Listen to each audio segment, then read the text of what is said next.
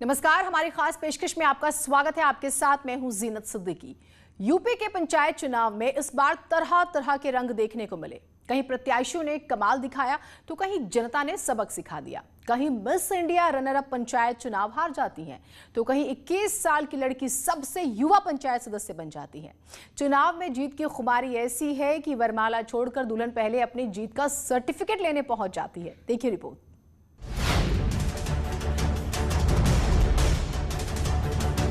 UP के पंचायत चुनाव में दिखे हर तरह के रंग। जौनपुर में मिस इंडिया रनर अप को मिली हार।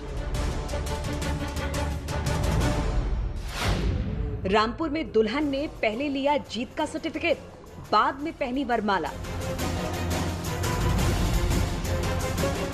झांसी में 21 साल की रजनी ने किया कमाल, बनी सबसे कम उम्र की जिला पंचायत सदस्य।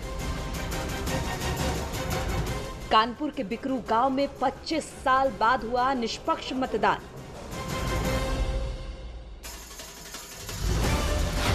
उन्नाव में कुलदीप सेंगर की माखी गांव में शिशुपाल बने प्रधान।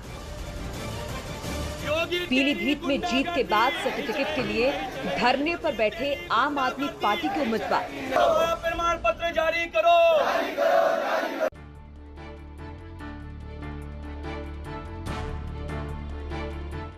मिस इंडिया रनर अप को मिली हार। जौनपुर के बक्सा विकासखंड के चितौड़ी गांव की रहने वाली मिस इंडिया 2015 की रनर अप दीक्षा सिंह पंचायत चुनाव की पहली रेस में भारी वोटों से हार गई। उसके सामने बीजेपी से नगीना सिंह ने करीब 2000 वोटों से जीत हासिल की। हालांकि दीक्षा सिंह चुनाव परिणाम आने से पहले ही जौनपुर से गोवा के लिए रवाना हो चुकी थी। खबर ये भी है कि दीक्षा सिंह का इरादा चुनाव जीतने के बाद खुद की पार्टी बनाकर विधानसभा और लोकसभा चुनाव लड़ने का भी था, लेकिन पहले ही इम्तिहान में वो फेल हो गई। पहले जीत का सर्टिफिकेट, बाद में वरमाला। रामपुर में उस वक्त सब लोग हैरान रह गए जब पंचायत चुनाव की काउंटिंग के दौरान एक दुल्हन वरमाला छोड़कर पहले जीत का सर्टिफिकेट लेने पहुंच गई। रामपुर में मिलक तहसील की मतगणना चल रही थी। ऐसे में अचानक एक दुल्हन को देख सभी दंग रह गए। बाद में उसने बताया कि वो अपनी जीत का सर्टिफिकेट लेने आई थी। रामपुर के मिलक ब्लॉक के गांव मोहम्मदपुर की रहने वाली 23 साल की पूनम शर्मा ने वार्ड नंबर 135 से बीडीसी का चुनाव जीत लिया। कोविड नियमों को ध्यान में रखते हुए बीडीसी की प्रत्याशी पूनम की शादी की रस्में चल रही थी। इस बीच उसे पता चला कि वो चुनाव जीत गई है, तो वरमाला छोड़ पहले मतगणना स्थल अपनी जीत का सर्टिफिकेट लेने पहुंच गई। झांसी 21 साल में जिला पंचायत सदस्य। झांसी से इस बार जिला पंचायत सदस्य के तौर पर सबसे युवा चेहरा मिला है। वार्ड संख्या 6 के बघेरा जिला पंचायत सदस्य के पद पर महज 21 साल की रजनी गौतम जिला पंचायत सदस्य बन गई है। बीएसपी से समर्थित रजनी गौतम ने बीजेपी प्रत्याशी पर धमाकेदार जीत दर्ज की। जिला पंचायत सदस्य का प्रमाण पत्र लेने के बाद रजनी ने दावा किया कि इस जीत के बाद जितने भी गांव का प्रतिनिधित्व करने का जनता ने मौका दिया है और विश्वास जताया है, वो उस पर खरी जरूर उतरेंगी। कानपुर 25 साल बाद हुआ निष्पक्ष मतदान। कानपुर के बिकरू ग्राम पंचायत में 25 साल बाद निष्पक्ष मतदान के जरिए प्रधान का चुनाव किया गया। बिकरू ग्राम पंचायत से मधु ने जीत दर्ज की। उन्होंने अपने सामने खड़े बिंदु कुमार को 54 वोटों से हराया। बिकरू गांव पिछले साल तब सुर्खियों में आया जब वहां गैंगस्टर विकास दुबे ने 8 पुलिसकर्मियों की हत्या कर दी थी, जिसके बाद पुलिस एनकाउंटर में विकास दुबे और उसके 5 साथी एनकाउंटर में ढेर हो गए थे। 1400 वोट वाली बिकरू ग्राम पंचायत में इस बार आरक्षित सीट थी, जिस पर 10 प्रत्याशी मैदान में उतरे थे। 25 साल पहले 1995 में विकास दुबे प्रधान बना था। वो निर्विरोध जीता था। साल 2000 में उसने अनुसूचित जाति की सीट पर गायत्री को निर्विरोध प्रधान बनवाया। साल 2010 में सीट पिछड़ा वर्ग के लिए आरक्षित हुई तो उसने निर्विरोध अपने शागिर्द रजनीकांत को प्रधान बनाया। साल 2015 में ये सीट फिर सामान्य हुई तो उसने एक बार फिर भाई दीपू की पत्नी अंजलि को निर्विरोध प्रधान बनाया। इस बार प्रधान पर विजयी हुई मधु का कहना है कि विकास दुबे के जिंदा रहते यहाँ चुनाव लड़ना संभव नहीं था। वो पहले ही प्रधान तय कर देता था और लोगों को उसकी बात माननी पड़ती थी। शिशुपाल बने माखी के प्रधान। उन्नाव से पूर्व विधायक कुलदीप सिंह सेंगर को राजनीतिक पहचान देने वाली माखी गांव की प्रधानी पर उसके विरोधी शिशुपाल सिंह का कब्जा हो गया। इस सीट पर इस बार कुलदीप सेंगर के घर से कोई चुनाव मैदान में नहीं था। हालांकि माखी गांव में पूर्व विधायक कुलदीप सिंह सेंगर के परिवार का प्रधानी में दबदबा था। उन्नाव ब्लॉक मियागंज की माखी ग्राम पंचायत में प्रधानी आजादी के बाद से ज्यादातर वक्त पूर्व विधायक कुलदीप सिंह सेंगर के घर में ही रही। इस बार गांव में प्रधानी की सीट अनारक्षित थी। हालांकि पूर्व विधायक कुलदीप सिंह सेंगर के परिवार से किसी ने चुनाव मैदान में ताल नहीं ठोका। उनके विरोधी शिशुपाल सिंह चुनाव मैदान में थे। उन्होंने जीत दर्ज की। पूर्व विधायक कुलदीप सिंह साल 2018 अप्रैल महीने से जेल में बंद है। पूर्व विधायक की पत्नी संगीता सेंगर को बीजेपी ने पहले जिला पंचायत चुनाव का टिकट दिया, लेकिन बाद में टिकट काटकर पूर्व एमएलसी अजीत सिंह की पत्नी शकुन सिंह को टिकट दे दिया। शकुन सिंह चुनाव में जीत गई हैं। जीत के बाद सर्टिफिकेट के लिए धरना। पीलीभीत के अमरिया थाना इलाके में 20 नंबर वार्ड से आम आदमी पार्टी के एकमात्र उम्मीदवार मोहम्मद जफर 700 वोटों से जीत गए, लेकिन काफी देर बाद भी जब उन्हें जीत का सर्टिफिकेट नहीं मिला तो आम आदमी पार्टी के कार्यकर्ता मतगणना स्थल पर ही धरने पर बैठ गए। पीलीभीत में 34 जिला पंचायत सदस्यों की सीटों में से सिर्फ एक सीट पर आम आदमी पार्टी ने अपना कैंडिडेट उतारा था और वो जीत भी गया। जीत का प्रमाण पत्र न देने पर आम आदमी पार्टी के सांसद संजय सिंह ने भी ट्वीट किया और अपनी पार्टी के एकमात्र कैंडिडेट जफर सोपारी को जीता हुआ उम्मीदवार घोषित कर जीत का सर्टिफिकेट देने की बात कही है। न्यूज़ 18 के लिए ब्यूरो रिपोर्ट।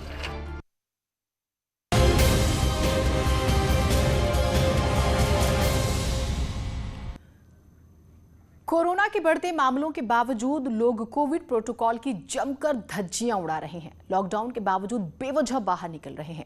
मध्य प्रदेश में तहसीलदार ने कोविड प्रोटोकॉल का उल्लंघन करने पर कई लोगों से मेंढक चाल चलवाई, तो पुलिस भी ऐसे लोगों पर डंडे बरसा रही है।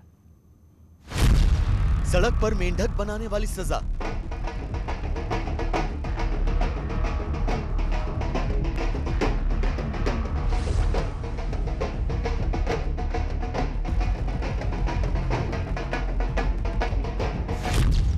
लॉकडाउन में निकले तो लठ बरसे।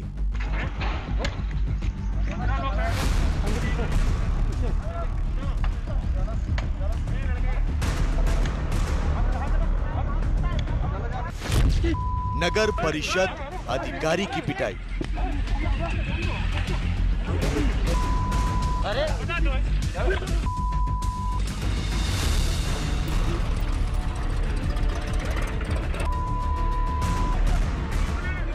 देश में कोरोना की रफ्तार थोड़ी कम हुई है। कोरोना से ठीक होने वाले मरीजों की संख्या भी पहले से बढ़ी है, लेकिन ऐसा भी नहीं है कि खतरा टल गया है। अब भी कोरोना घात लगाए बैठा है। लिहाजा कई राज्य सरकारों ने महामारी से निपटने के लिए कर्फ्यू लगा रखा है। लोगों से अपील की जा रही है कि वो घरों से बाहर ना निकले, लेकिन कुछ लोग अब भी कोरोना कर्फ्यू का उल्लंघन करने से बाज नहीं आ रहे। कुछ लोग अब भी प्रशासन की सख्ती के बावजूद बिना वजह घरों से बाहर निकल रहे हैं, सड़कों पर तफरी करते नजर आ रहे हैं। ऐसे ही लोगों पर लगाम लगाने के लिए पुलिस और प्रशासन अब एक्शन में आ गई है।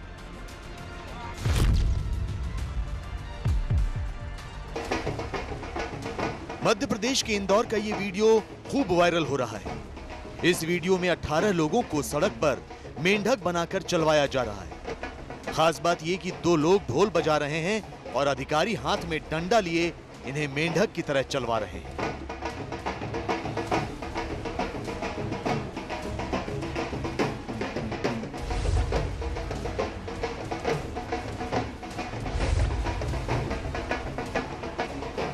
दरअसल इंदौर के देपालपुर इलाके में कुछ लोग कोरोना कर्फ्यू को तोड़ते हुए सड़क पर नजर आए, जिसके बाद इलाके के तहसीलदार ने इन लोगों को मेंढक बनने का फरमान सुना दिया।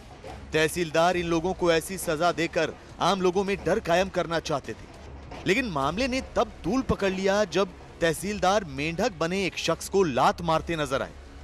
यकीन नहीं आता तो देखिए कैसे तहसीलदार इस शख्स को मेंढक बनने के लिए लात मार रहे हैं।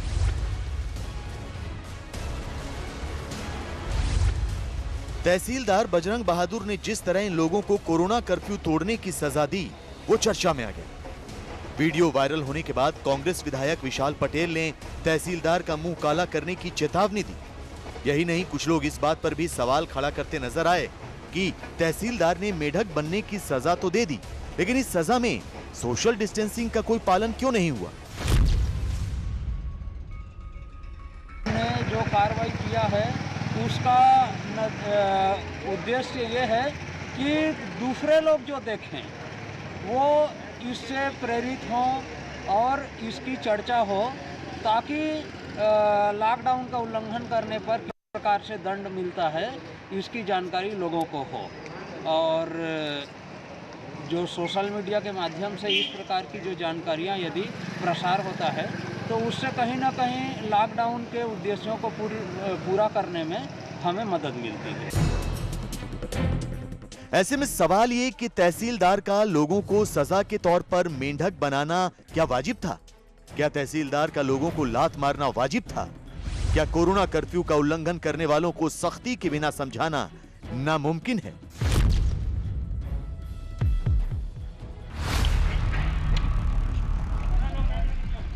ये तस्वीरें भी मध्य प्रदेश की ही हैं। यहां धार जिले में कोरोना के बढ़ते केस को देखते हुए प्रशासन ने नियमों का उल्लंघन करने वालों पर और अधिक सख्ती बरतनी शुरू कर दी है। शहर में बिना वजह घूमने वाले लोगों पर पुलिस डंडे बरसा रही है।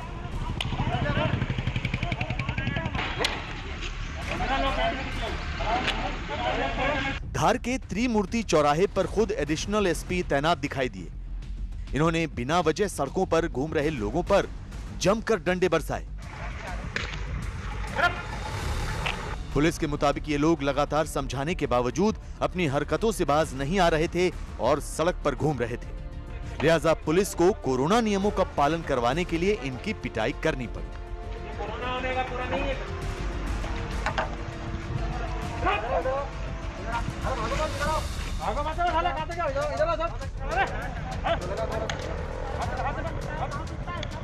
जानबूझकर बहुत वाजिब कारण के बगैर घूम रहे थे, उनको भी हम लोगों ने कहीं ना कहीं एक मैसेज देने वाली कार्रवाई की है।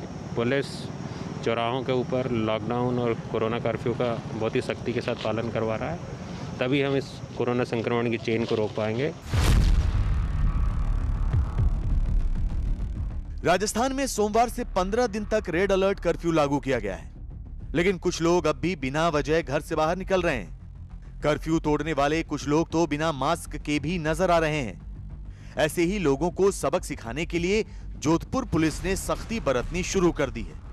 पुलिस ऐसे लोगों को क्वारंटीन कर रही है। देखिए कैसे इन 3 लोगों को पुलिस ने कर्फ्यू तोड़ते हुए पकड़ा और इन्हें क्वारंटीन सेंटर भेजा। हालांकि नियम तोड़ने वाले ऐसे लोगों को पकड़ने में पुलिस को खासी मशक्कत भी करनी पड़ रही है, लेकिन पुलिस इन्हें क्वारंटीन सेंटर भेजने के साथ इनका कोरोना टेस्ट भी करवा रही है और रिपोर्ट नेगेटिव आने के बाद ही इन्हें छोड़ा जा रहा है। इस शख्स ने तो पुलिस को चकमा देकर भागने की पूरी कोशिश की, लेकिन जोधपुर पुलिस ने इसे घेर कर पकड़ लिया और एम्बुलेंस में डाल दिया। हालांकि एम्बुलेंस में डालने के बावजूद यह शख्स भागने की कोशिश करता रहा। पैंडेमिक रेड अलर्ट जन अनुशासन पखवाड़ा का एक तरह से दूसरा भाग चालू हुआ है, जिसमें और सख्त निर्देश दिए गए हैं। पहले से जो दुकानों को छूट थी 6 से 11 आवश्यक दुकानों को, वो अभी भी है, लेकिन 12 बजे से लेकर 5 बजे तक एक कर्फ्यू का माहौल रहेगा, जिसमें अनावश्यक घूमने वालों को इंस्टीट्यूशनल क्वारंटीन यानी संस्थागत क्वारंटीन में भेजा जाएगा और जब तक RT-PCR टेस्ट नेगेटिव नहीं आती है उन्हें छोड़ा नहीं जाएगा। तो ये एक और सख्त कदम उठाया गया है।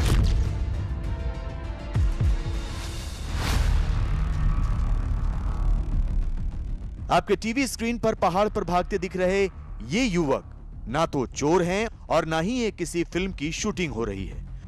दरअसल कोरोना कर्फ्यू के बावजूद ये लड़के क्रिकेट खेल रहे थे। इसी दौरान गंज थाना पुलिस की गश्ती टीम मौके पर पहुंची तो पुलिस को देखकर ये सभी युवक पहाड़ पर चढ़ गए, जिसके बाद पुलिस ने इन्हें कड़ी मशक्कत के बाद पकड़ा और क्वारंटीन सेंटर भेज दिया। और एसपी साहब के आदेश से तो ये बिना वजह लोग घूम रहे हैं, बिना किसी काम के केवल तफरी करने के लिए निकल रहे हैं, उनकी गाड़ियां सीज की जा रही है और उनको क्वारंटाइन सेंटर में भेजा जा रहा है सबको। मध्य प्रदेश के रायसेन में तो एक अजीबो गरीब मामला सामने आया। यहां लॉकडाउन का पालन कराने गए मुख्य नगर परिषद अधिकारी को एक ठेले वाले ने थप्पड़ जड़ दिए।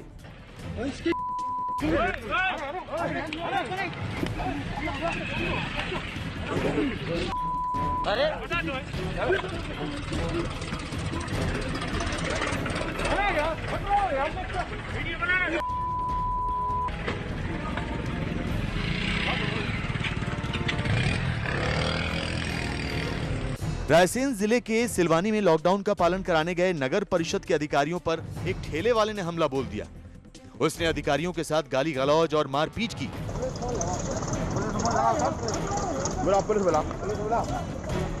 कर्मचारियों को दौड़ा दौड़ा कर पीटा।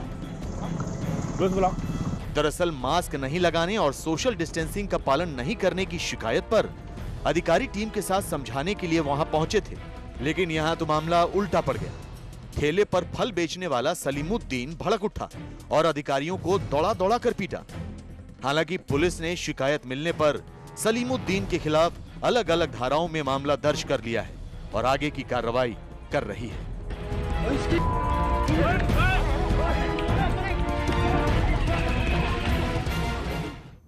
और आइए CS नवनीत सहगल जी को सुनते हैं। हमारे जो ऐसे जो मजदूर हैं जो डेली दैनिक मजदूरी करते हैं, ठेला खोमचा लगाते हैं, आंशिक कर्फ्यू के कारण उनकी रोजी रोटी पर फर्क पड़ा होगा, तो उनके लिए भी कम्युनिटी किचन की उन्होंने कहा है कि व्यवस्था की जाए, जिसमें सरकार की तरफ से इन लोगों को निःशुल्क खाना उपलब्ध कराया जाए और ताकि ये लोगों को किसी प्रकार की आंशिक कर्फ्यू लगने से किसी प्रकार की कोई किसी कठिनाई का सामना ना करना पड़े।